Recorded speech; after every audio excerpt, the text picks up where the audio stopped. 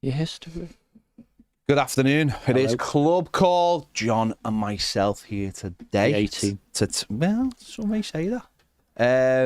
To take your calls. So, yeah. Merseyside derby coming up, John. Yeah. How are you feeling? You'll be there, of course. Well, it's not till the weekend. No, but this is the last Club Call before we play that game. Okay. So, I'm always optimistic because you wouldn't go if you weren't, would you? yeah, that's why I don't go. I suppose you could distill it down to we have the wherewithal going forward to cause them problems, but we have to score goals and convert chances and things. I think it's funny actually because if you listen to the propaganda, that I'll use the propaganda phrase, they're doing what champions do, not playing well and winning. Yeah. So someone's going to catch them because catch them out of me. But if someone doesn't do it in the next 3 or 4 games, then they'll get their act together, won't they? They'll have consolidated the players they've bought. Isaac will play tonight, won't he, in the Champions League, I guess. And then maybe no one will bloody catch the buggers then. So, yeah, but you say that, but I still don't think that they're like. I don't look at the squad and go, they're like truly like one of these most unbeatable. no, they're not. clubs Absolutely ever. not. They've added depth, but they haven't raised the standard, have they? I don't think. I don't think they have added depth. Personally, You know? No, Okay. I honestly, I think what they've done is, I think they've improved the first team and they've improved the bench, but I don't think they've made it deeper because I think they've had to sell the players who maybe. So I think the squad's better. By depth, I mean the guys who start and the guys who sit on the bench are better than what they had last season. That's a fair point. And how many subs can you have on the bench? Is it 9? 9. So if you assume they're not like 15 goalies like we'd have, then there's 20 out of 25, isn't there, who are involved each match weekend. And that 20 is better than the previous 20. Yeah, that's a fair point. That's a fair point. But, the drop-off when they make subs might not be as big as it was. No. But they've also, particularly in the striking or the goal-scoring end of it, I'm not sure they have variety. Yeah. I think for us, me and Baz were talking about this. Salah's always going to play, isn't he? Yeah, me and Baz were talking about this earlier. And I think for us, Saturday, it's a simple case of just turning up. Oh, absolutely. Yeah. Just for once in our lives. Play the team, not the name and the stadium, whatever. Yeah. Turn up and we sit there and go, whatever the result is, we sit there and go, actually, this is the Everton team we've been watching for the last 2 or 3 games. Yeah. Because there's too many times we've gone into derbies where we've done previews or whatever with them next door and they've gone, how you doing? I'm like, yeah, we're doing really well. Midfield's brilliant. And when it comes to the game, they just go, I thought you said you were doing well because we've been horrendous. So Tell me about it, yeah. if whatever happens Saturday, I just want to see an Everton team turn up and actually have a go. And if we get beat, we get beat. But at least if there's like signs where you go, wow, we did well today. We were beaten because they're the better team. Then I don't mind that as much. I'd just like to see us start doing that. Which is what we've done. In a way, at Goodison for a while, I think, in derbies. But at Anfield, we just seem to wilt. We do. So what did you think about starting team, if you want? I know you do your starting 11 and you'll do it in a couple of days, whenever, right? But I've seen, not hate, but unlove coming Beto's way. Therefore, Barry has to start. Should you start Barry? No, I don't think he's quite ready for that. Yeah, I'd start Beto, particularly because he's had a couple of good games where he's troubled them, hasn't he? Yeah. And they won't fancy his awkwardness and all that sort of stuff. And then of all three in behind him, passing and moving, being a bit flexible and so on, the things Van Dijk and his mates don't like, which is fundamentally going backwards, they're going to have to do that a lot. Yeah. The most important play for me on Saturday is Michalenko. Yeah, I think so. It's the most important play. If we can lock up that left-hand side, because he's consistently kept Salah quiet, hasn't he? I think, but also though, he's a good player. He plays against Salah well. He unlocks James Garner playing midfield. Play back in midfield. And then James Garner unlocks Dewsbury Hall, and Dewsbury Hall unlocks Jack Grealish. Absolutely. So it's a good way of doing it, yeah. So it is, for me, it does come down to one position. And having James Garner at left back will harm us a lot. It's interesting then how the manager will make the decision, because you've just said it comes down to Mykolenko.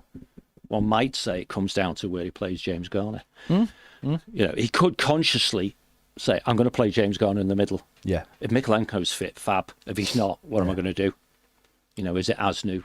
Would you throw him to a derby? You know, you might think. But then he sees him in training, he knows what the personalities are like, and those sorts of things. Interesting. But at least we've got choices. No, we do. We do have choices, and I don't think I think it's a little bit early to start. You know, Wednesday night's really important when we play Wolves, because that's where Dibbling and maybe Asnu and Barry, they'll get games, and Carlos Alcaraz will start. We still have to win, though. No, we do have to win, but I also think it's important we do play those players, though, because we need to see. They need some kind of action, don't they? They need. Winning comes first. Yeah, but you say yeah, but there's no but involved in winning. No, I think there is. I think there is, John. I think for me, I want to see these players play.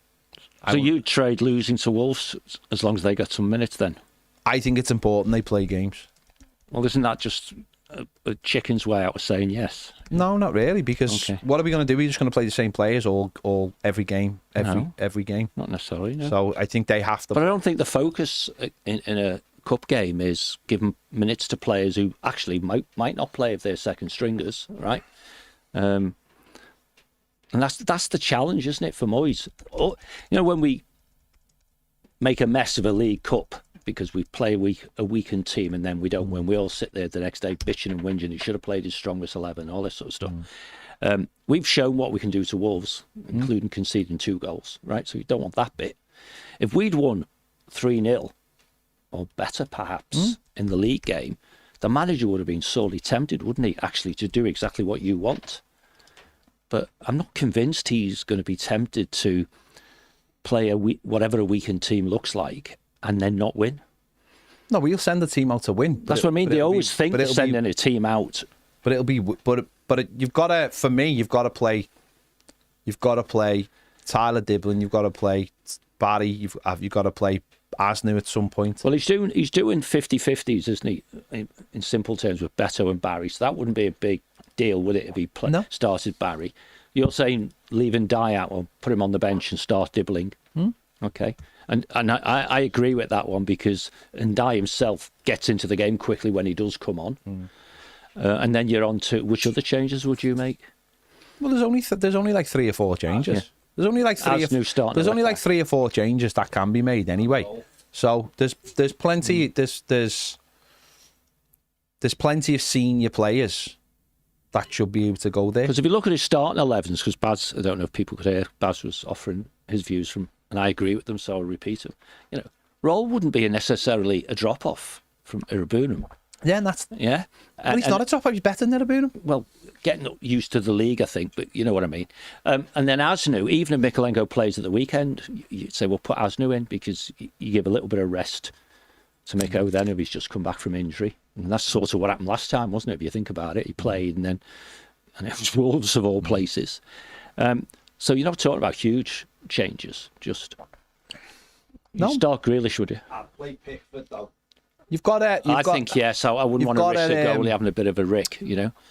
You've got to know what your levels are with your plays, and if you're reliant on them, and you know you're going to have to play them at some point, they're going to have to get game time, and that to me, that's in the League Cup. And if he wants to do the if he wants to do the rotation, which he should, because that's how you get most out your squad overall, isn't it? Then perhaps, you know, if you find out, I don't know, pick someone, Dibbling's for whatever reason not quite right. Yeah, you're better suffering that in the League Cup game than in a Premier League game anyway. Or if Asnu's not quite up to the pace of it, or the discipline, or whatever. And they'll play a weakened team as well. You'd imagine so. Yeah. You'd imagine so. Depends. That's for next week. That's a conversation for next week. Right, who we got? We got Fruin. Yep. Fruin. Yep. Okay, let's get Fruin on. Hello. Hello, you okay? Yeah, good. Just had a question regarding the derby this week. Go on. Good one. How do you think Moyes will set up? Do you think how we've played against Wolves and Brighton, we've obviously been a bit more expansive, a bit more open, attacking, which is obviously really good.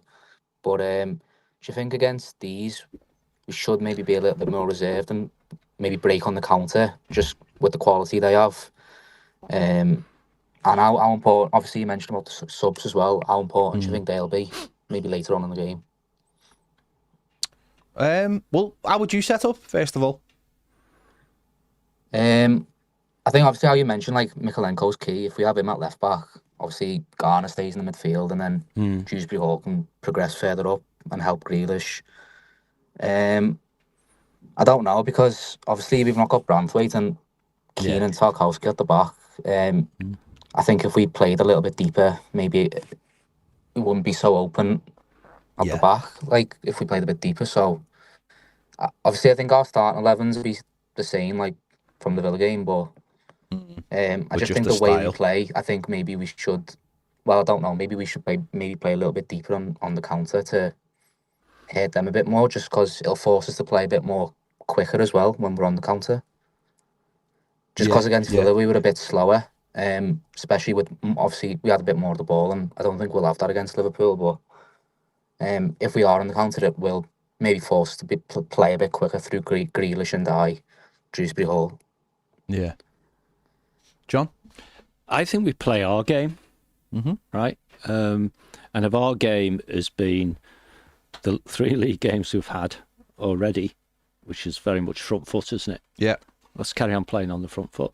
Now, I know what we think is, gosh, they're good. You know, Isaac might even play because he's playing tonight, isn't he? But best form of defensive attack, all that bollocks, right? But sitting off them actually should make the better players win. Yeah. Right? And what we need to do is put them under pressure at the back. And Van Dijk, if we play deeper, Van Dijk will stroll around the place like he owns it, right?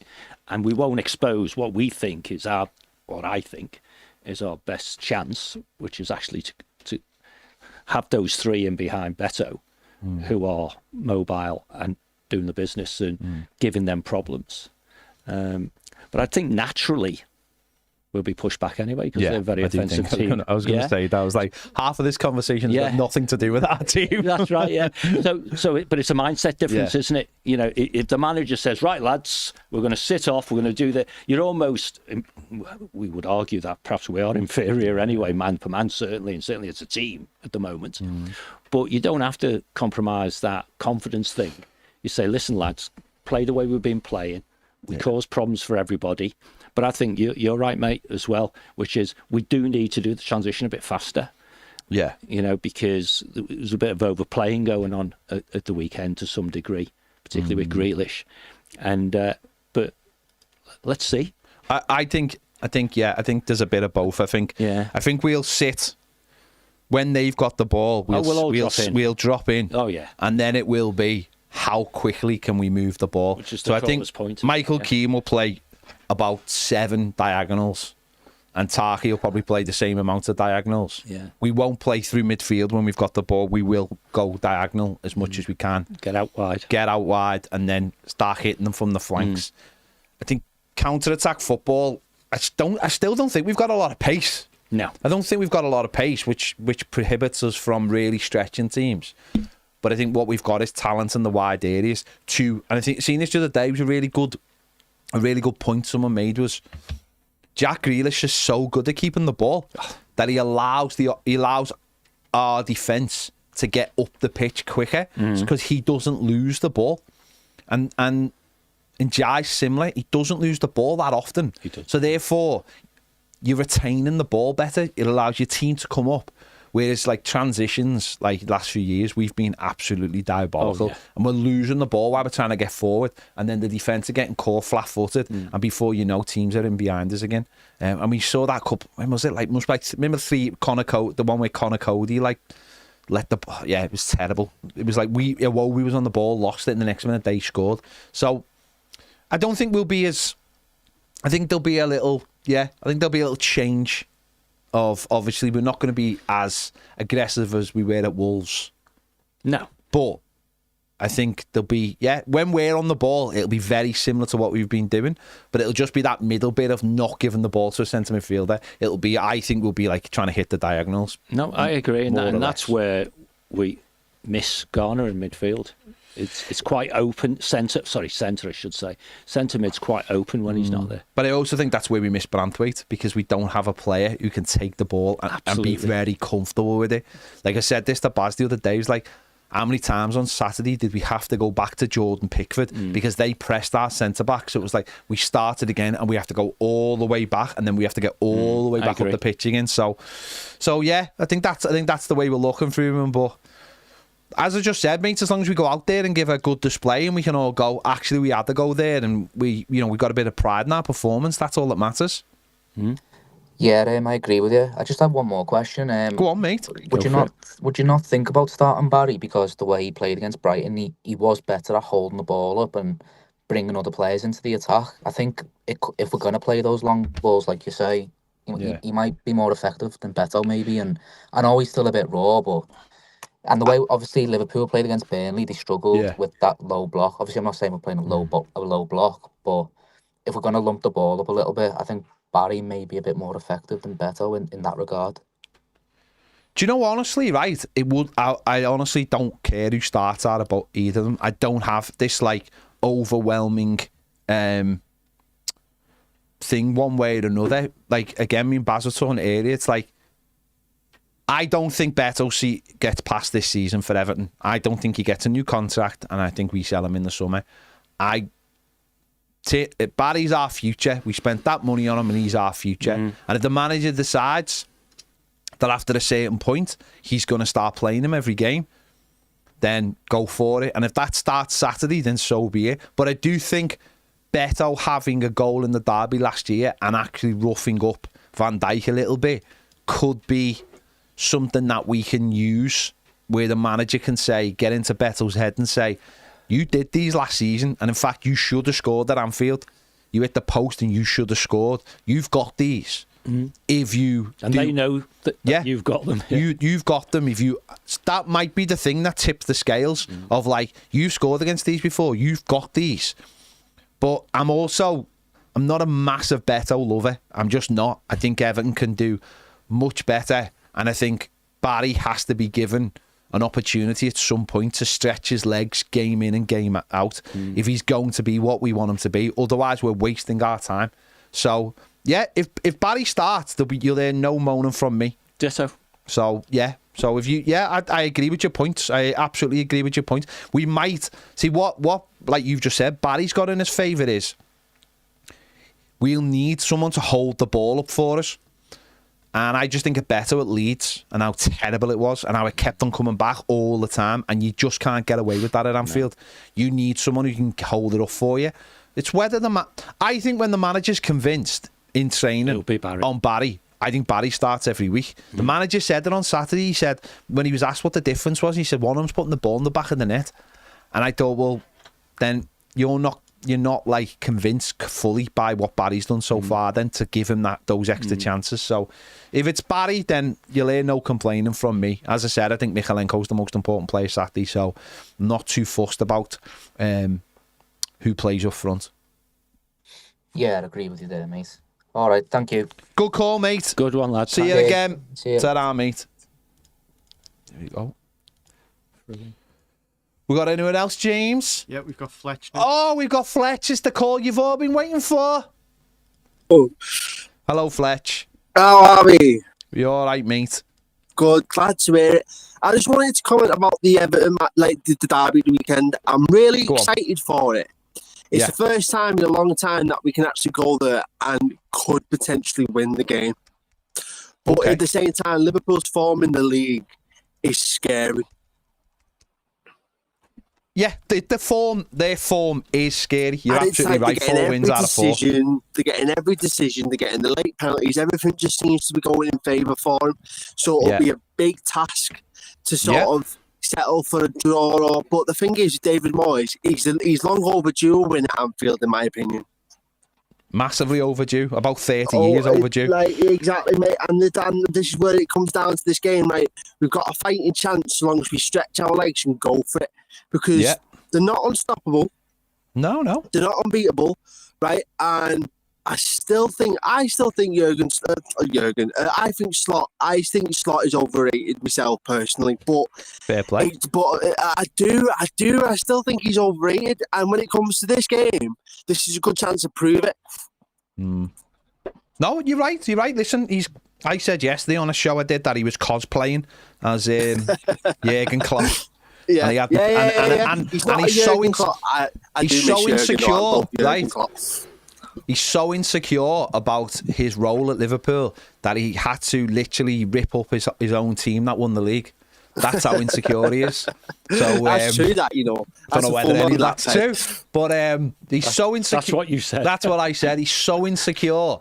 Yeah, because one of the questions was, would he be successful at Everton? And I said no, he'd be hounded out after 2 months and would end up the Rangers manager. I know, because Everton is just like, honestly, I think there's a different pressure because of Everton. Well, listen, he obviously the draw at Goodison showed another side of Slot.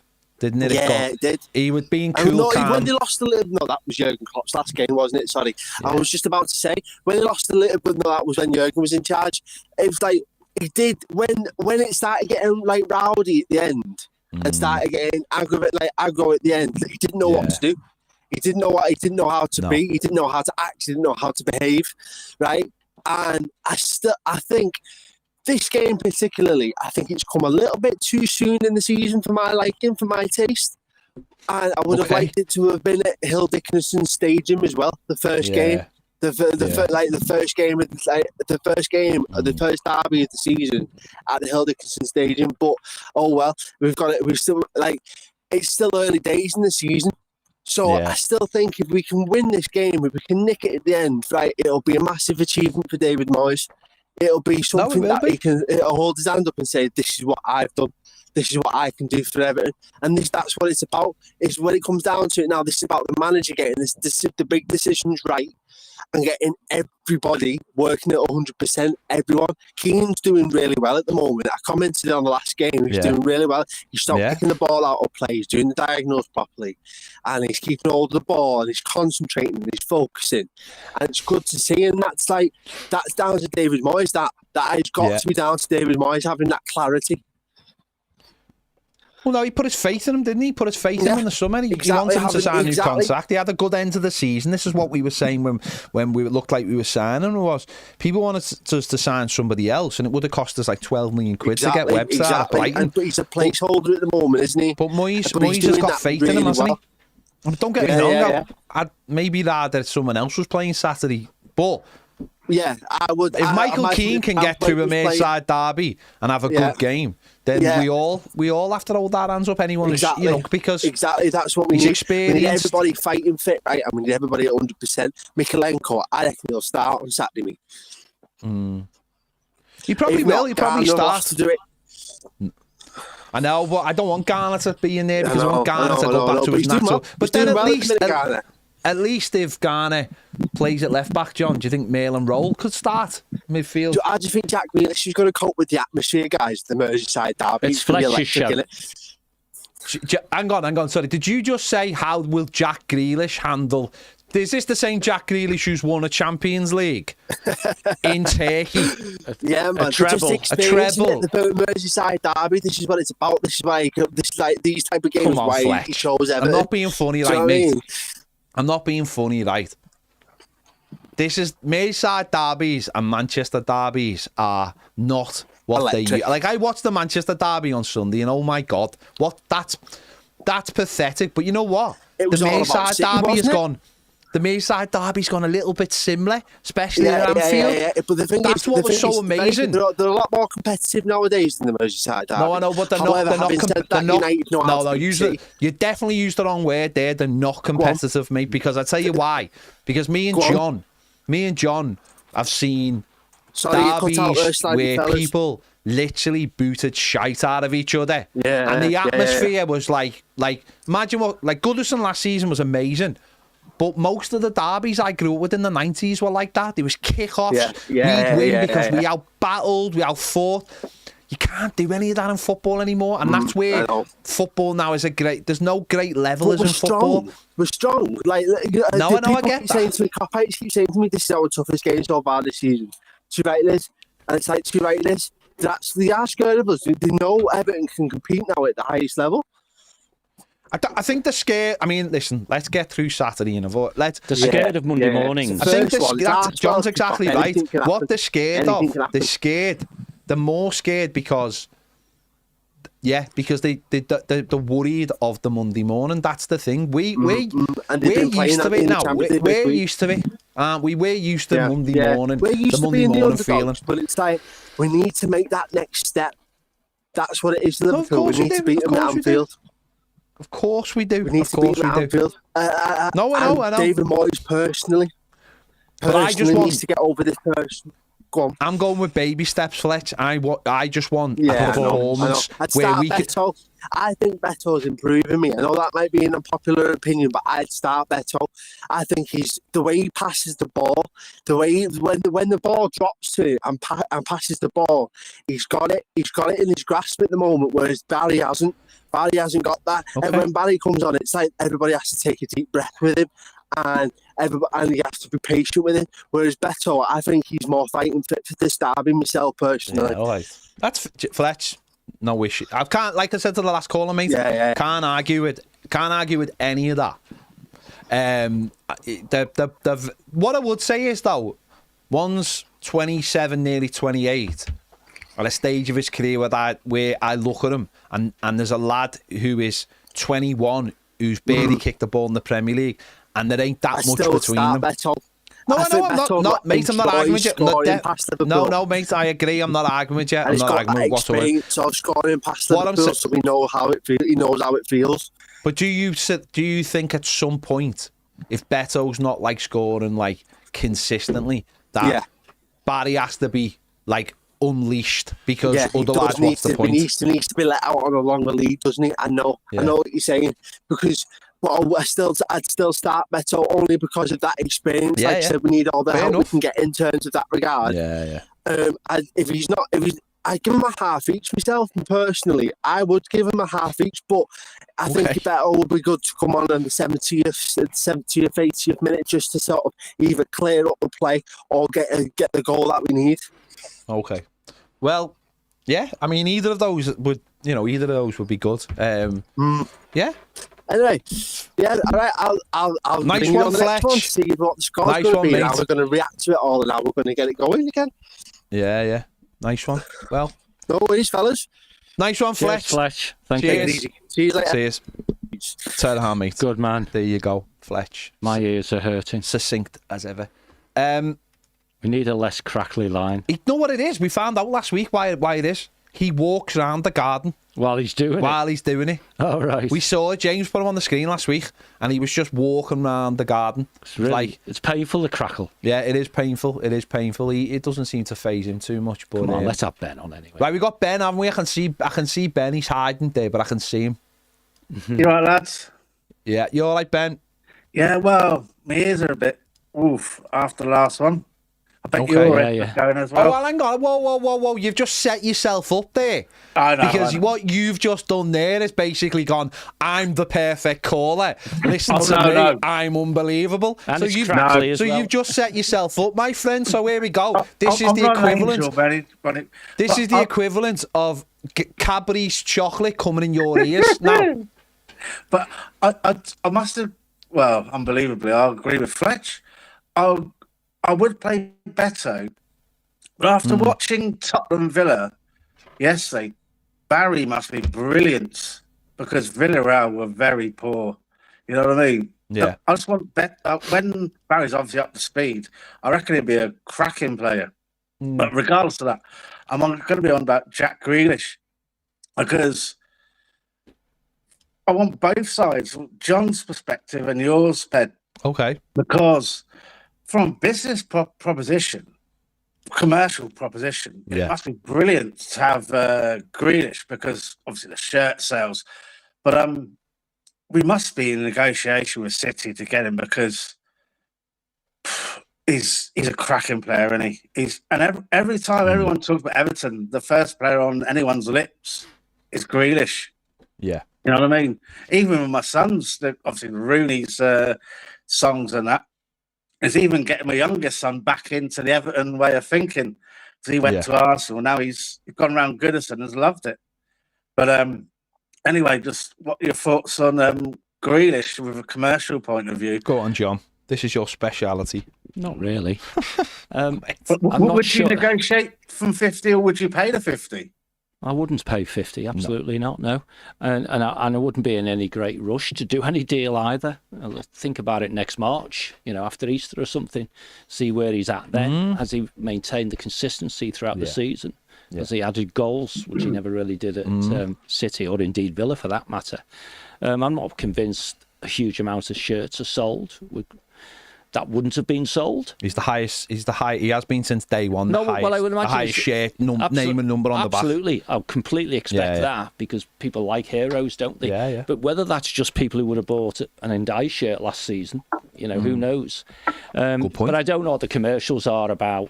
How much benefit we do or don't get from increased sales of shirts.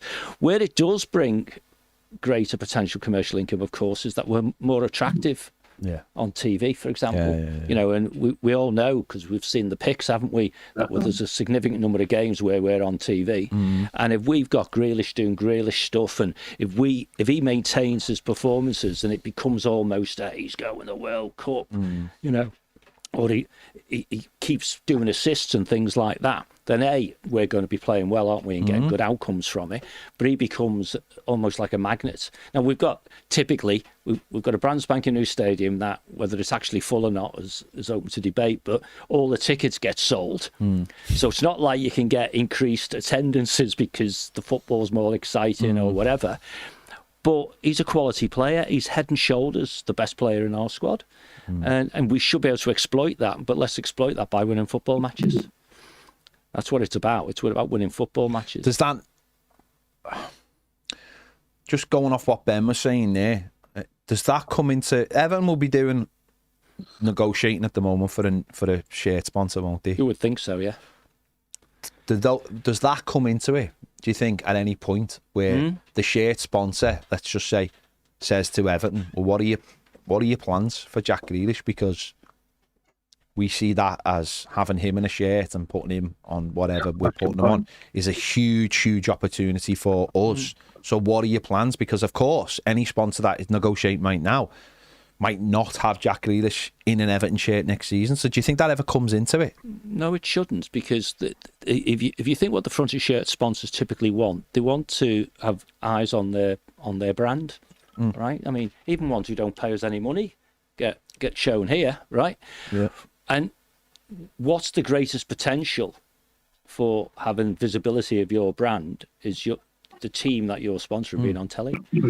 Well, that's what I'm saying. And if you're on telly because you've got a superstar, rather than, because at the moment it's a bit confused, isn't it, about, are we on telly, certainly at home games, probably because of Hill Dickinson, right? And then the teams we played the teams we play have to be on telly a minimum number of times as well in the away games. And we've only had one, right? And this shower across the way will be on telly anyway. So we don't know what's the driver for us being on telly. But if he brings excitement and he brings, words from journalists and he brings this, that and the other. But the thought that a front of shirt sponsor who's going to sign up for 3 years goes, ooh, well, I'm only doing it if you have Jack Grealish, doesn't compute for me. Okay. It might do for, if you think about perhaps, if you say the Castore was up for renewal, that sort of thing, right? Because they're the manufacturers and they get the benefit and so on. So, but it's all part of a feel-good factor, isn't it? Yeah. It's all part of Everton John. is a ship that's rising. Therefore, you try and get more money. Go on, Ben. You could negotiate, obviously, could we have to negotiate a new shirt sponsor? You could actually say, will we get a bonus if we get into Europe? And that's going to be because of Grealish, isn't it? Really? Yeah. As a consequence, and that's what I'm trying to say. Yeah. It's about us winning football matches, and undoubtedly, if we have a shirt sponsor, then we will get more money say if we got to an FA Cup final, Yeah. we'd get more money if we went to a League Cup final, we'd get more money in subsequent years if we're playing in European competition, because that brings all eyes onto their brand, right? And the same applies to Hill Dickinson. You know, that they want the game to be on at Hill Dickinson as much as possible, because every time we're on, their name is mentioned. Yeah. And they're mentioned throughout the world, right? Particularly North America, where they have a presence, and that's their biggest market, and so on, right? So it's about cause and effect, right? Would we buy Grealish just because we've concluded that we would get some of those benefits if he was with us than if he wasn't? You're getting into the foothills there, saying, you know, there's a player who's bigger than the club, which isn't true.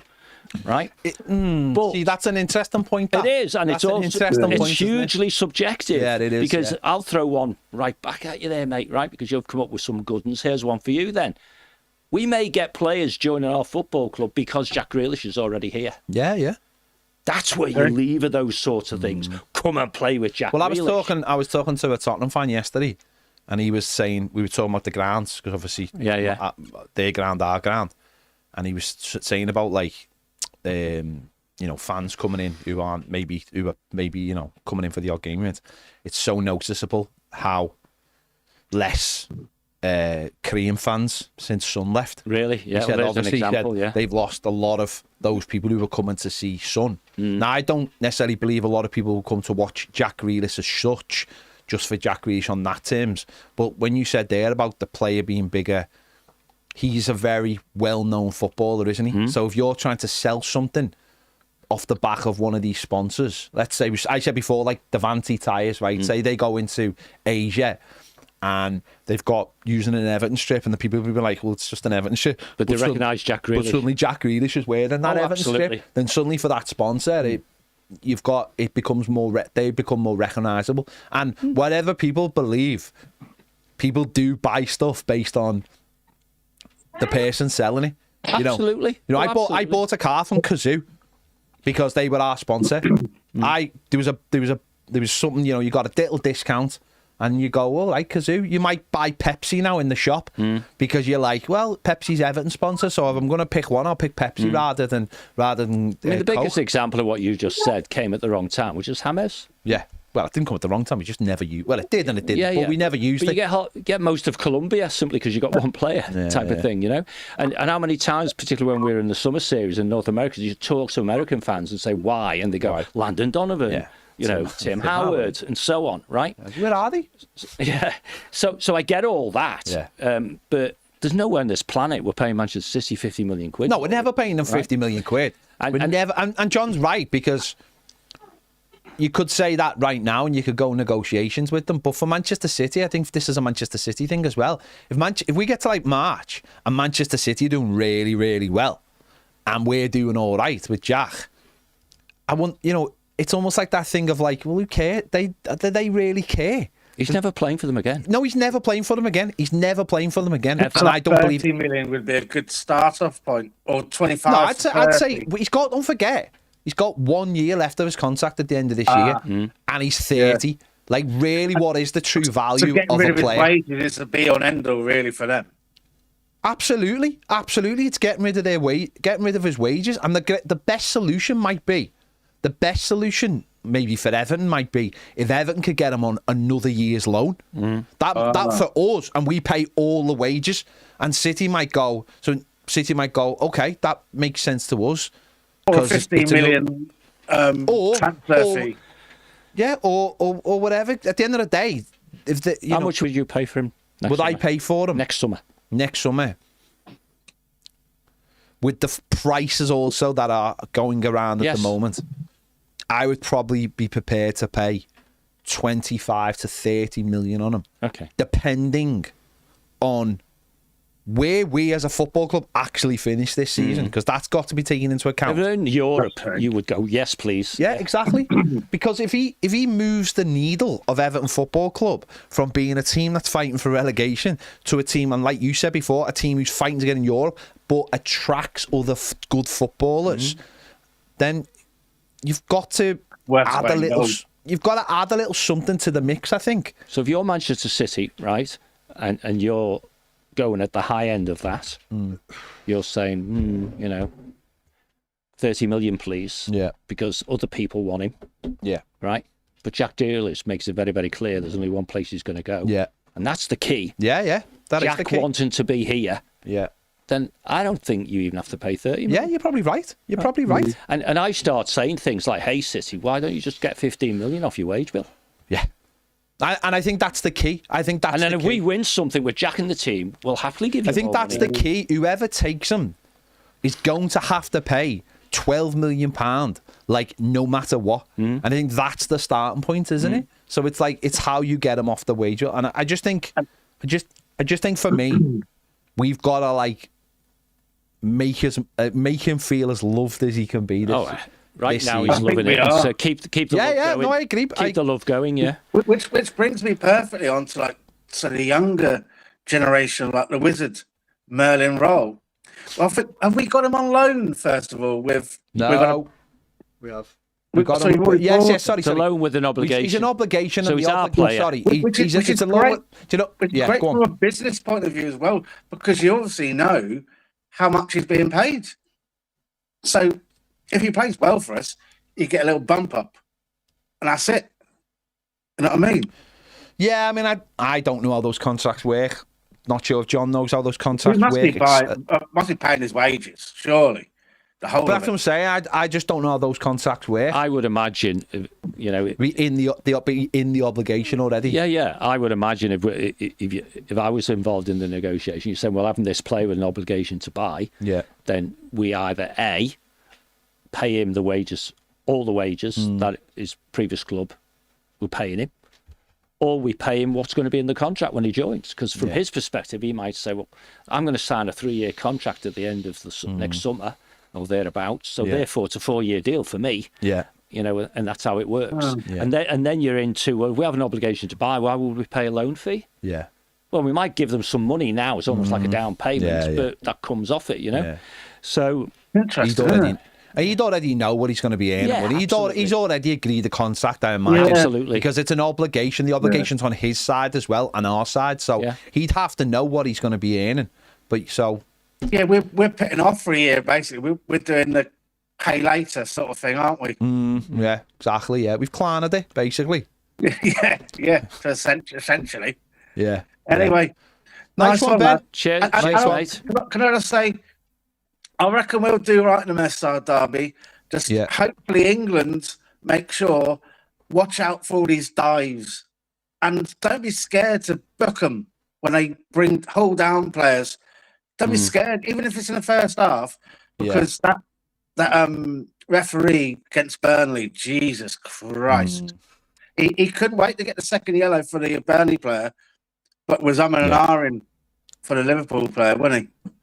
Yeah, well, that's the issue, isn't it? I think that's one of the great problems with football at the moment. Is Liverpool don't commit fouls. But it's the great problem is it's I think we saw this at Saturday for our game. It's not the big things. It's all the little. It's all the little things. It's Absolutely. things. It's the things where 1 minute you're not being booked for pulling someone's shirt, and then 20 minutes later in the game you are being booked for that. And it's like it's all these inconsistencies that drive people mad. Yeah.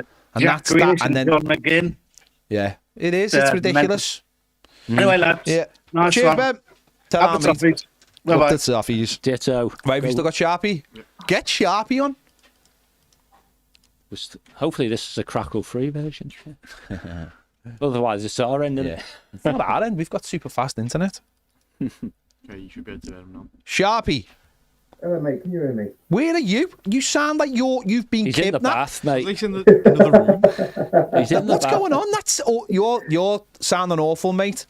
Oh, really? Is it that Really, bad? like I'm not being funny. It sounds like the computer's in the other room, and they're negotiating to get you out, and you're Hold on banging a on the minute. wall. Hold on a minute. Let me hold on a second. I must say, it's crackle-free, though. It's Alright, is crackle that- free, but he does sound like he's behind the wall. Come on, Sharpie. Is there anybody I there? expect more from you. Yeah, I know. Okay, is that any better at all? No, Not mate. really, honestly, no. it's honestly right. I don't. It sounds like your microphone's in the other room. It does. Is Genuinely. it? Jesus. Just sit closer. Okay. I wonder if I should maybe. I wouldn't know what you've just said because you sound like you're in Afghanistan in a cave. Okay. Honestly. I'll hang up. I'll call back. All right, nice one, mate. That wasn't just me. He did sound like he was in a cave, didn't he? Here's a point for you. Paul M says on the chat, this is an interesting one. He says, I live overseas, me watching the games at Hill Dickinson on TV. Crowd sounds really quiet. What's the atmosphere and crowd noise like live? What have you made of it, John? When it's loud, it's loud, and when it's not, it's not. Yeah. I don't think we as fans have been persistently generating atmosphere, shall we say? No, I think you're right. Yeah. I think you're right, and I think again, I think me and Baz might have spoke about this on Monday. There's still a lot of like people finding their feet, isn't there? There's like, because I know a couple of people said that in the South Lower, people that was they'd been complained. People were complaining because people were standing That's up. absolutely ridiculous. Which is absolutely ridiculous. Don't go there then. Yeah. And again, I go back to something I said a while ago about maybe reviewing your choices in the summer. I think there should be a seat amnesty in the summer, personally. And if you don't like somewhere, I watch people getting up the upper south stands, and I just look at them and think, maybe you shouldn't be in this stand. They are coming down 10 minutes early for half time, and then not getting back up till 10 minutes after. I just think that maybe the club has to have a little look. Again, maybe this is something me to talk to the club about. What do you mean by an amnesty? I mean, people just give their seats up to other people and do some swaps. Oh, you could do that now. You can't really do that now. Why not?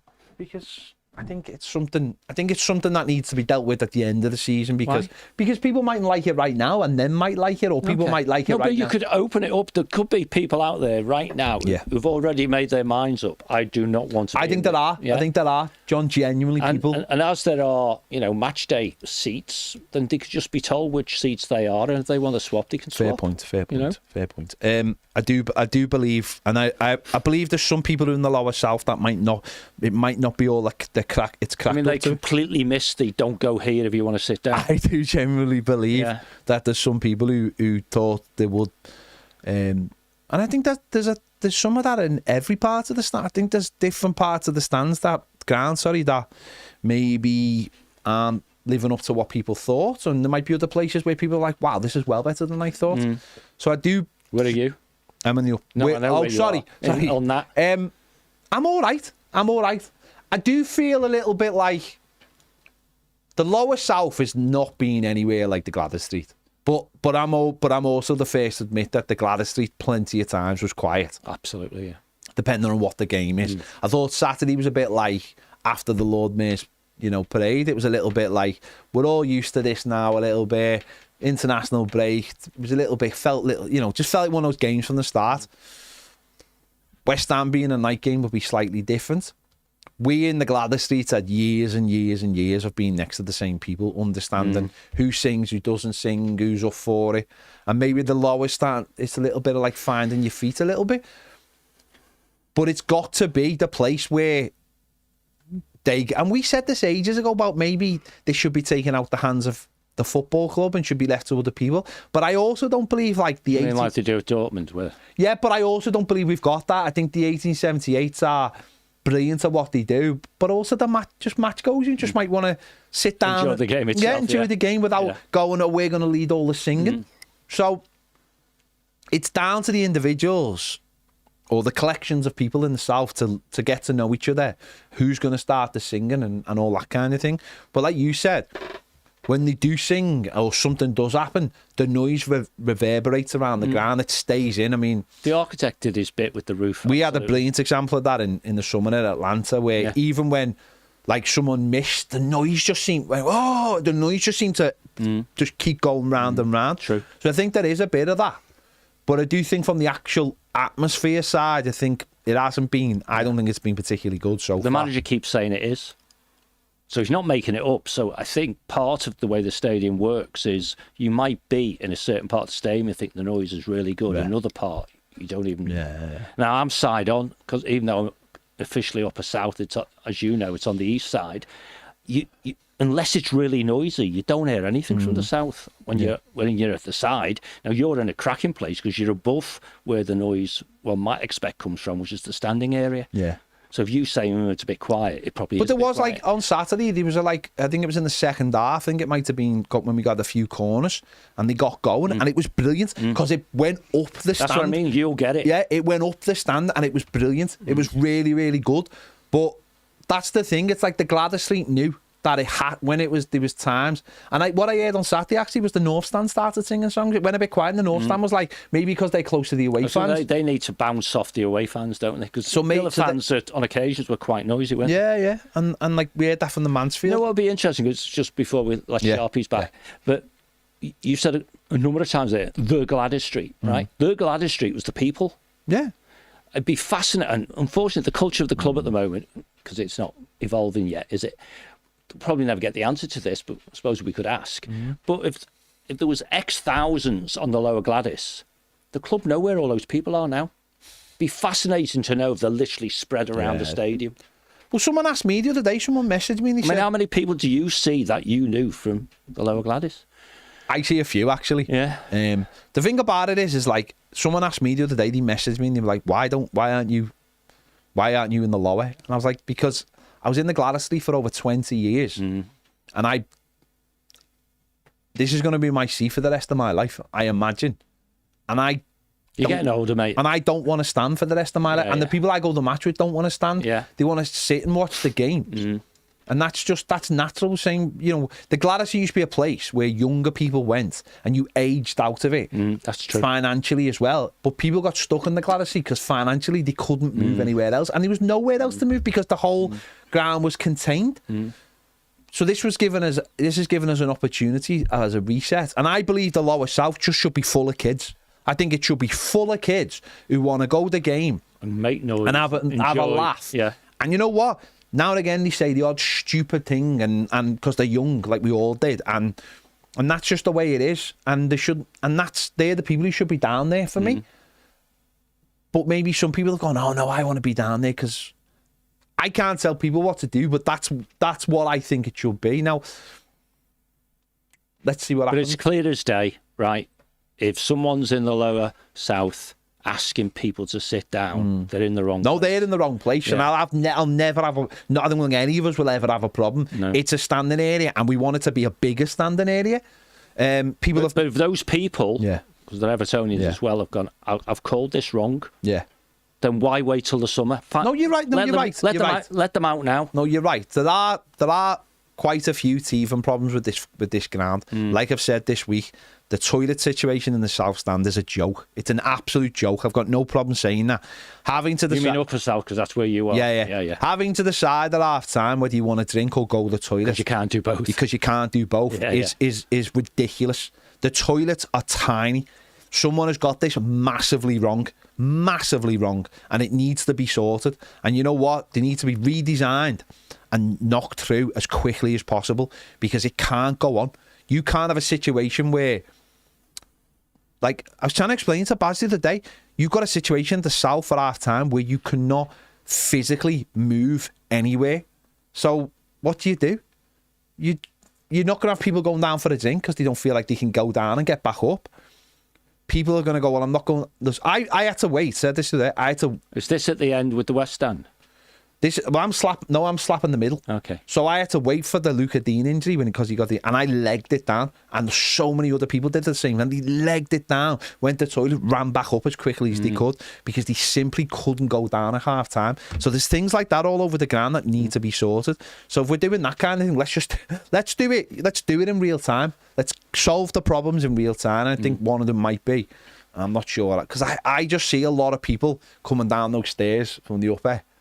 Because there's only one entrance, if you like. Yeah. There's a big climb, isn't there? Yeah. I mean, in the Upper South, what row, if you like, is the entrances? How are you related to? It's about 6 rows up from the front, and I'm 2 behind the entrances, so I'm fine. What row are you with then? Look at this. He doesn't even know what row. No, I don't. I know what block I'm in. I'm in block 209. Yeah. But row 41. Okay, so there's 20 odd rows behind you. God, it feels like there's more. Yeah. Not sure what the top one is, but it feels like there's a lot more.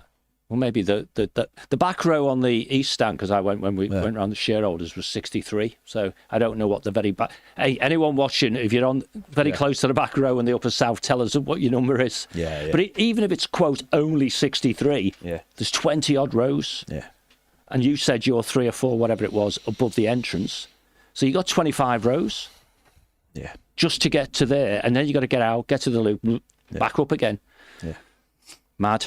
Yeah, anyway, go on, let's get Sharpie. Go on.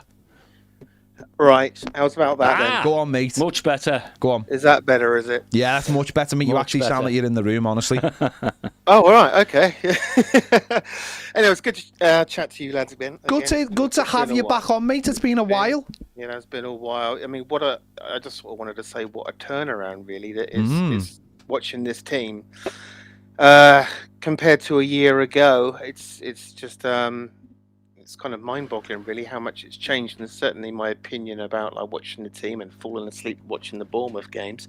It's fantastic, isn't it? I'm really excited about sort of this season, and especially how Njai, Grealish, and Dewsbury Hall are going to team up. They look like they got a really nice little like chemistry going on there, haven't they? Those three especially. I really like the way they link up. I was just listening to what you were saying about Grealish, and I'm a bit sort of puzzled, really. I can't believe people are really talking about signing Grealish at this moment. He's only been here 5 minutes. Everyone just calm down. Don't you just think we should wait to the end of the season, see how he goes? Okay, we're in this new stadium, of course, and everything's all great, and we've got this new player, but the talks of signing him at the moment are just pretty silly at the moment, really. Let's everyone just calm down about that. I guess I think John's with me on this one. Don't you think, John? Just wait a minute, see how the season goes, and then make that decision at the end. Yeah, let's forget all this like sponsorship thing or whatever we were saying. But we just got to calm down with that, haven't we? Absolutely, yeah. As you say, it's 3 games.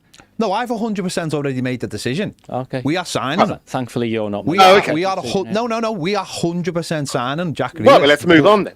No, but I wouldn't sign him right now. No, I wouldn't. But I've already made that decision that we are signing Jack Grealish. But even if he has an average season for us today, he's not going to have an average season. He's an absolutely brilliant footballer, and if we're not trying to sign brilliant footballers, then we are doing something wrong. But I agree that we should just leave the talk of him signing behind right now. But there's no way on earth I'm leaving Jack Grealish off the table. Future performance is not guaranteed. He's a brilliant footballer. He's a brilliant footballer. Totally agree. If he doesn't shine at Everton, it's because things that Everton have done.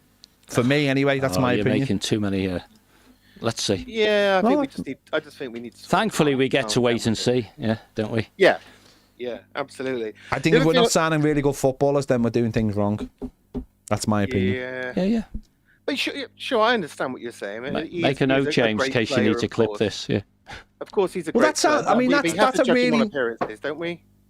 What's that? Say that again, Sharpie. No, of course, he's a good player. He's probably one of the best players that Everton have signed for many a year. But surely we have to base our decision on buying him based on the performances and how we perform as a team. Yeah. Because at the moment he is the labelled great player, but great players are defined by how they perform. I find this very, very negative. He's been brilliant so far, and I want that to continue. Far, yeah, but let's not get into our heads that he's suddenly going to become.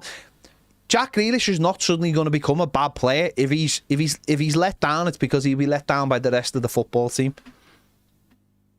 That's my opinion, because he's a fantastic footballer. So that's the way I look at it. So I'm signing him. Yeah. That's the end of it. That's majoritively an emotional observation. No, it's not. It's because he's a very good footballer, and Everton should be signing very good footballers. Couldn't get in City's team for 2 seasons. No, because they don't play dead good footballers the way they're supposed to, but they play a style of play that is different. But he was in the team the last time they won a European Cup, I know that. And they haven't won a European Cup since, and they hadn't won a European Cup before he signed for them. Therefore, making Jack Grealish a very good footballer. I get what you say. But okay, I get it. Maybe it's slightly pessimistic view. And you do, of course, realise that if you ever say at any time in the future that we should not sign this player, then I'm never going to say we shouldn't sign. Just a bit to clip. I am never going to say we shouldn't sign Jack Grealish. He is a fantastic So footballer. even if he stank the house out for the next 6 months, you'd say sign him anyway. Sign him. Exactly, That. that's Sign him. my- I'll give him that's my 6. point. Do you know That's my what? point. Take 50, but take an extra 10 million as a little tip. Go, well done. Well done, City. You've done brilliantly finding him for us. Go on, Sharpie. Go All on. right, okay. I think we got your stance on that one, Ted. The other one He's I wrong, wanted to though, talk isn't he, Sharpie? He's wrong. Okay. The other thing I wanted to mention is that I'm going to, for full disclosure, I'm not an avid watcher of a lot of football games. I just watch Everton and Toffee TV. That's the extent. Fair of my play, football, mate. football Fair Priorities, knowledge. mate, priorities. Yeah. Well, you know, yeah, that's just how it is. So when we signed Tyler Dibbling, if I'm being perfectly frank, I don't really know a lot about this young lad, apart from like a young lad come through the Southampton. It's a lot of money as well. What was it, 35? I think it was up front, and then appearances which are easily achievable. And I was looking at it. I was chatting to a friend of mine who's a huge Saints fan, and he was absolutely delighted with the business they had from their end because they've got that money plus a 20% sell on. So he's absolutely laughing. So from our point of view, I was thinking, oh God, it seems like a hell of a risk. But I mean, I would say that because I don't know anything about this young lad. I haven't really seen him play. How do you look at that signing? Because when I've watched you guys, especially like Ped and Baz, you haven't seemed particularly thrilled about this signing. Is that because you see it as a huge risk? What's your thoughts on this guy? I don't see it. I'm not 100% sure about not being thrilled about it. I'm delighted that we signed Tyler Dibbling. He's one of the most talked about youngsters in the country. And my big worry was actually not signing him and then him going somewhere else and absolutely tearing it up. And Everton fans just going, why have we done this? It had to be the right fee.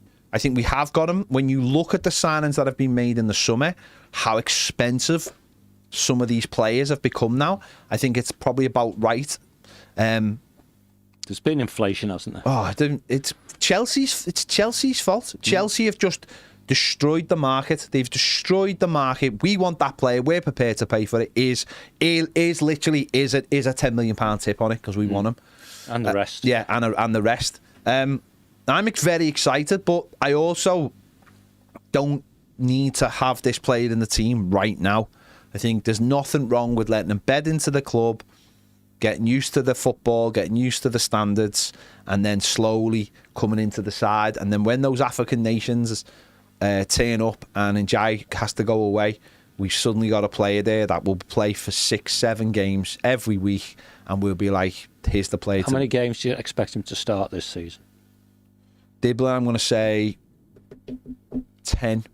10 games. So you're saying roughly just before AFCON starts, he'll get some 10 Premier time. League or 10 the lot? Or are we talking about 10 the cup Premier games? League. 10 Premier League. I'm going to say 10 Premier League so games. quarter of a season. Right. I'm going to say 10 Premier League games. And then a Yeah, whole I host hope of he's coming going on. to turn out to be. Of course, I hope he turns out to be a great signing. But when I just saw that from an objective point of view, as someone who hasn't seen him a lot, I'm thinking, crikey, that's a huge gamble that we forked out that money.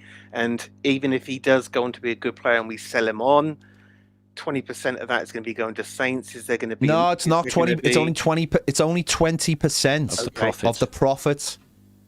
Ah, it's not that's right. I had heard that. Okay. So it's not Right, 20%. right, It's not. It's That makes a 20% of huge the difference, profit. doesn't it? Yeah. That makes a huge difference. Yeah. So I was chatting to a colleague about that, and he was delighted about it, and because he was saying there's another young guy at Saints called Robinson who he thinks is going to be even better than Dibbling. So if there are any Everton scouts out there, get down to Saints and check out this Robinson lad. Apparently he's going to be all right. So okay, all right. So 20% of the profit. So in that case, it's a much less of a gamble. I really hope he turns out to be the player that we want him to be. Yeah. Because like I said, it's quite an outlay. And that's isn't all. it? That's all you can do, isn't it? That's all you can do when you buy a player. I mean, that's what. Going back to the Grealish conversation.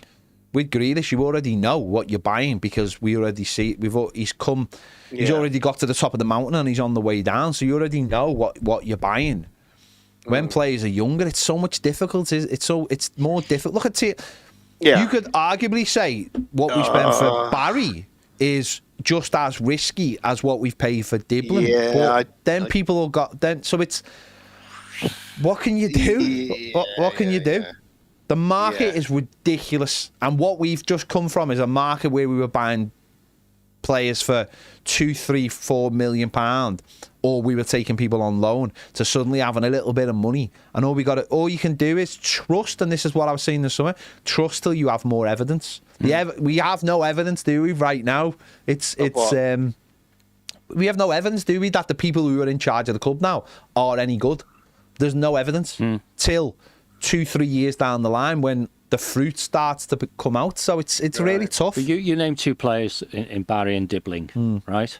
Who might have us committed to spending over 50 million quid on them as two players. Are you worried about it? I'm not worried, no. Yeah. I'm not worried. Or you think they got it wrong? I don't think they got it wrong. There you go then. So right now, based on what we know, that looks like in this market, particularly, I mean, Dibbling's not 20 till February, is he? You know, he's a kid, literally, you know. We're sending players of that age out on loan to get experience. Exactly. He's already played in the Premier League, played in the Championship, you know, and now he's with us. Yeah. So, but the killer question for you is, he can settle in. When's his settling in finish? Right. Well, when has he got to that's the point, though, isn't it? When is he pushing the manager to start? Well, that's a mindset, isn't it? That's a mindset for all of us to adapt to. Like, just like we've spoken the last couple of weeks about, like, people going, "Oh, you've got to play Tyler Diblin." Why have you got to play him? Because we spent 40 million on him. So what? So what? You know, you've got, you know, people are like, "Look at the bench is strong, but we have to play him." Why?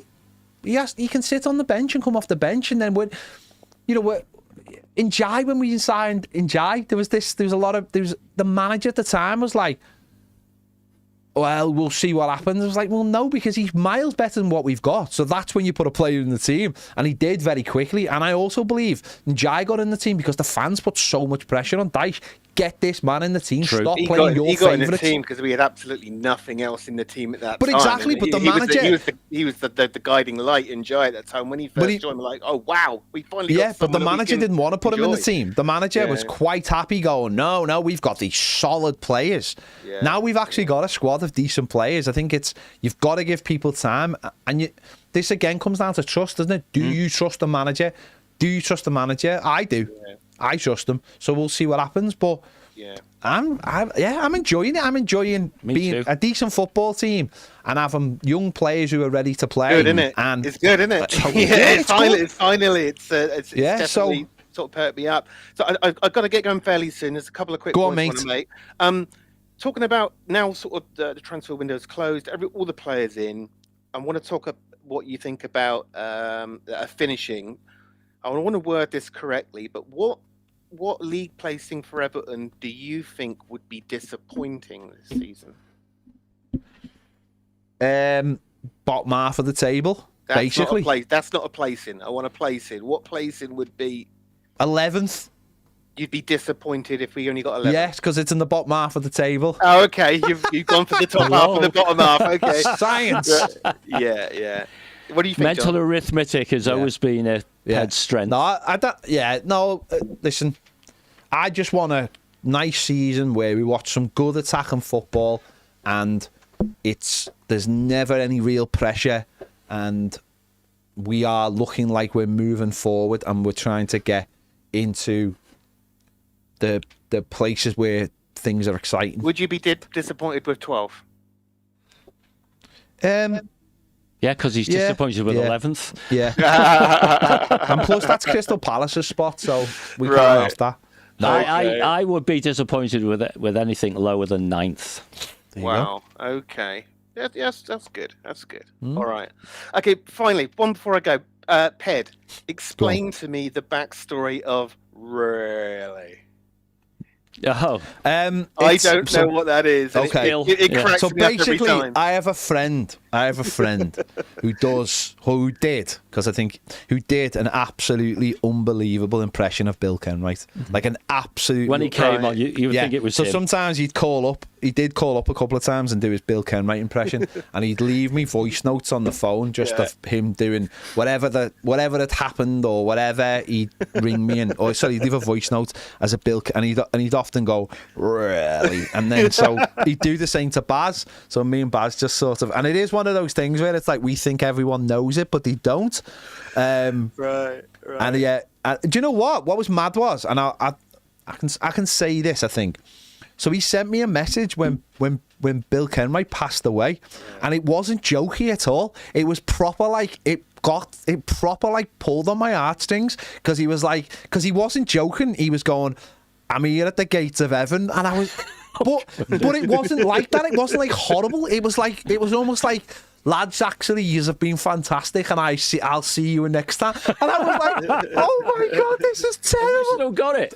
No, I don't. I might have. I'll see if I can find it just for you. It'd be great to hear. I can't play it out, but it wasn't like horrible either. It was like, "Oh my God, this is really." He was like, "Lads, you have been fantastic." Because sometimes he'd message me going, "You're really Toffee TV have really let the club down," and all this. But the final one was like, "No, lads, you're actually good," and all this. And I was like, "Oh no." So that's where it come from. Right. Thanks for clearing that up. Yeah, because you've been saying that recently, and I crack up every time, and I thought, where is that come from? That's brilliant. Right, Nice lads. one. Great talking to you. Nice one, Sharpie. Don't be a stranger. Yeah. Cheers, mate. Ta-da. See you later. Ta-da, mate. I bet you Sharpie, when he's out and about and he can't find where he's going, has no issue whatsoever asking people for directions. No, none at all. Not like the rest Seems of that us. guy in a bloke, doesn't he? Who Dave C on Premier has said, "Pet, off topic. When you do the player ratings, there's a drawing on the wall behind you of the new stadium in Layers. Where can I get that picture?" Dave, you can't get that picture. We have two. One is in my house, and one is another one was on the wall there. They photocopy it. No, we're not photocopying anything, John. They were specially. I think there's 500 of them, and they were given to everybody who was in attendance when they unveiled the stadium in the Titanic. Does that mean I've got one somewhere? And I have got one, and there was another one for Baz, but he wasn't there, so I grabbed both of them. My one is on my home studio, and the other one. But the problem is, because it's bigger than the lower frames that we have. So it's in the higher frames, which are more just like decorative for people to see when they come in the studio. And there's one over there. So it's like the original sketch of the stadium. So it really is. So I'm dead lucky. I have got one of them, but I've also got this sketch at home of the blueprints of Finch Farm, with signatures on them that were made for the construction company. Oh, wow. So it's signed by the entire squad at the time, and it's got like these three sort of ghostly images of Andy Johnson, Tim Cahill and Mikel Arteta on them. And I've got that as well, and I don't know how many people have got that. And I've also got, and this is the other one, which is a really one. I've also got the poster. Is that a poster?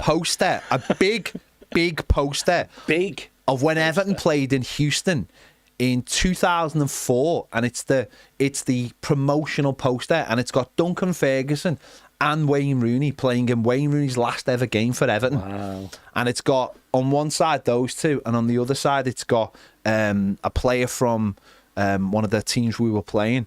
And I've never seen this poster anywhere in the world, and I've got one, because basically my mate used to work for a company in town who did massive, and he also got me the architecture Finch Farm one. People would they had massive printers, so companies would send architectural pictures to him for him to print out blueprints and stuff. He had all the blueprints of Kirby, the stadium in Kirby, and I didn't want them.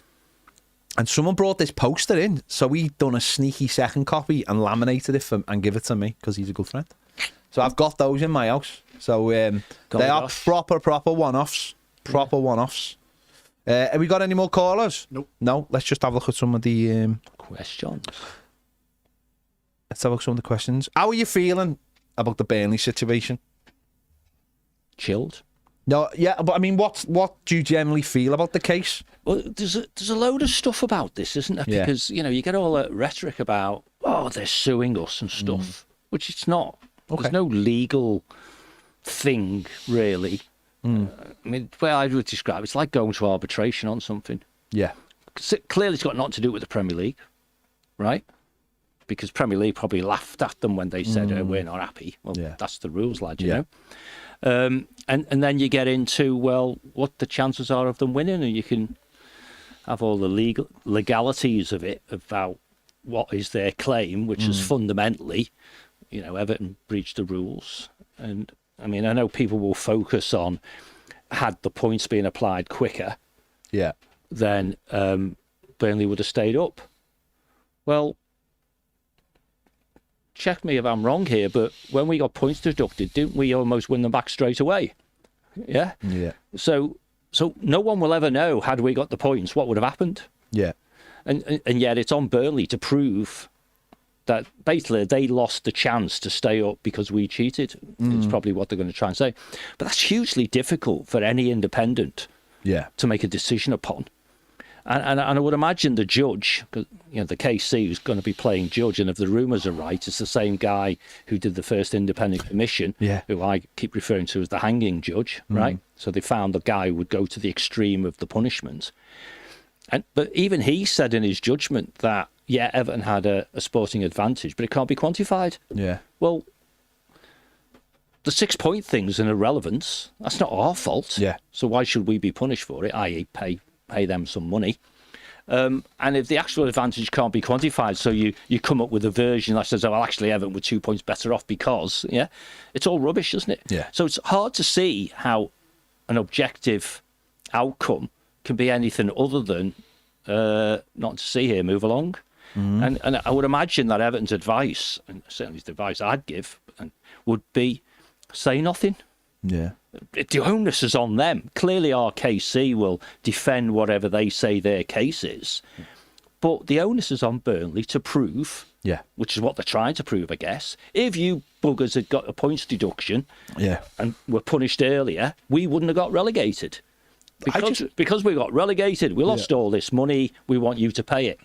But then you get really into the semantics of, they can only, if you want to call it they're suing, they can only sue for their losses. Then they've got to prove their losses. What were they? Yeah. Because you get parachute payments, you've got players with relegation clauses and so on and so forth. So my own view is pretty chilled. It could be naive because it's putting trust in a process. I'm fascinated if it does turn out that the same judge will be doing this as did the first independent commission, because, of course, he very much favoured the Premier League when he made his judgments on that. But this isn't the Premier League. This is two football clubs. So I'm chilled about it. And then there's lots of questions you can ask about, well, if money does change hands, where does the cost land? Does it land in the ownership group, or does it land in the football club? And if it lands in the football club, it'll no doubt count towards PSR and all those sorts of things. But just chill out and let's wait and see. I just, like you just said there, if you'd been punished, well, we were. We were, just not on your timescale. So we were punished, and us being punished was completely out of our hands. It was the Premier League. So I find that extraordinary. I find that extraordinary that, it's like saying before to Baz, it's like two cars having a crash and you were in the car next to it and you say you want something for it. It's like, it doesn't make any sense. It's opportunist. Yeah. I think it's as likely as anything that the Burnley owners think, well, we don't ask, we won't get. Yeah. And maybe we can just get Everton to blink and say, come on, lads, let's just settle. And they get something. It definitely feels like Americans have come in and gone, well, what happened there? And then someone's explained to them and they've got really, really angry and gone, right, we're going to sue them. It doesn't, don't get me wrong, I still think we'll end up giving them 10 million quid. I still think Everton will settle. Why would we give them 10 million quid? I just don't know, John. Why would we? I have no idea, but I just... Here's a thought for you then, right? Burnley and Everton, undoubtedly, in my mind, have been talking, let's call it negotiating about this for a while, and they haven't come to a conclusion. Therefore, one or other of them says, let's go to independent arbitration, and that's fundamentally, I think, what's happening. Yeah. If they haven't agreed, it's because Burnley want more than we were prepared to pay. Yeah. Now, a good starting point would be, if we're going to spend 5 million quid on lawyers. We might as well just give you the £5 million. Yeah. You know? So off you go. And they've gone, no, we want 50. Yeah. We think we can get more out of you from a judge, an independent person. And Everton gone, okay then, let's see you. And don't forget, when these things happen, right up to the second prior to the judge announcing a decision, someone might put their hands up and say, oh, we've actually agreed. You know? And we'll never know what it is. Okay.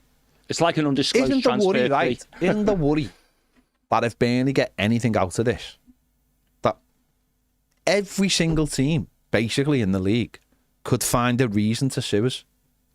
Not really. Just on the surface of it. The other teams who got relegated that year. No, because if they were too far away, if they were more than 6 points away anyway, it wouldn't matter. But what if a team didn't get into Europe by a particular amount of points?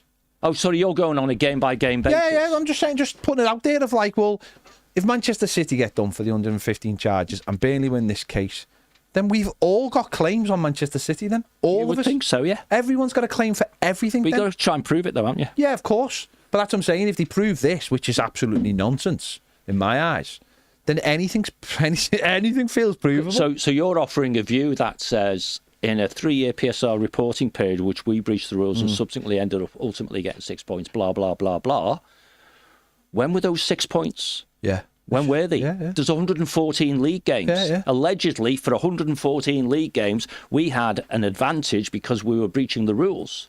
So that's one argument. Another argument would be, when did we breach the rules? Yeah. When the reporting period ended? Yeah. When did the reporting period end? In June? Yeah. So how the heck can our breach of the rules have impacted something that finished 5 weeks earlier? Yeah. And these are the silly goddamn debates they're going to have behind closed doors, right?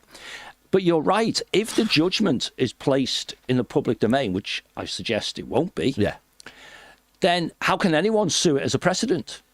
And yet the one which is most relevant is if Burnley can't hold their own water and say, oh, we got a financial compensation from Everton Football Club, and that's all they have to say.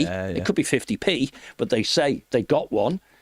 Everybody will think hopefully when Man City get found guilty, or when Chelsea get found guilty of fundamentally breaching regulations, every single club who played them during the period when they were doing it will say, I want some financial compensation. It's a nightmare. It really is. Really just... All for a club who got promoted straight away and went straight back again. Yeah. And they might go straight back again next May. And then we got the punishment in a season when they were back. So therefore... And they still disappeared without trace. Yeah, and we still finished 14 points above them. Yeah. Yeah, whatever. Leave it there. Someone asked before whether we were going to get a shiny new stadium. We are going to update the wall over there, but we will wait until there's a good picture, basically. Well, I've asked for the picture, so I'm just waiting for it to come. So because we need a really high res. We need like high res if it's going to go over that wall. So we will be updating that wall once we've sorted it. There we go. Right. Thanks for all the callers. Especially the callers, because it's a phone-in. It is a phone-in. That's why I don't do too many comments, because it's a phone-in. It's a club call. If you want your point made, that's why most of the ones I picked out were about posters and things like that. Right. There you go. Thanks for listening. The Fletch show is over. We'll see you all tomorrow, 1 o'clock. Could we call him next time? Yeah, let's call Fletch and walk around the garden, see how he fucking likes it. You'll see us at 12 o'clock. 12? Are we live at 12? Someone made that decision without telling me before I tell. I mean, I don't need to be... Yeah, we're live at 12. We're live at 12. Thanks, James, thanks. Thanks for sharing that with me. At 1 minute to the end of the You know what Baz would say? It's in the diary. It's not in the diary. And why would I be looking at in the diary? For something that happens every day. Yeah. Bye.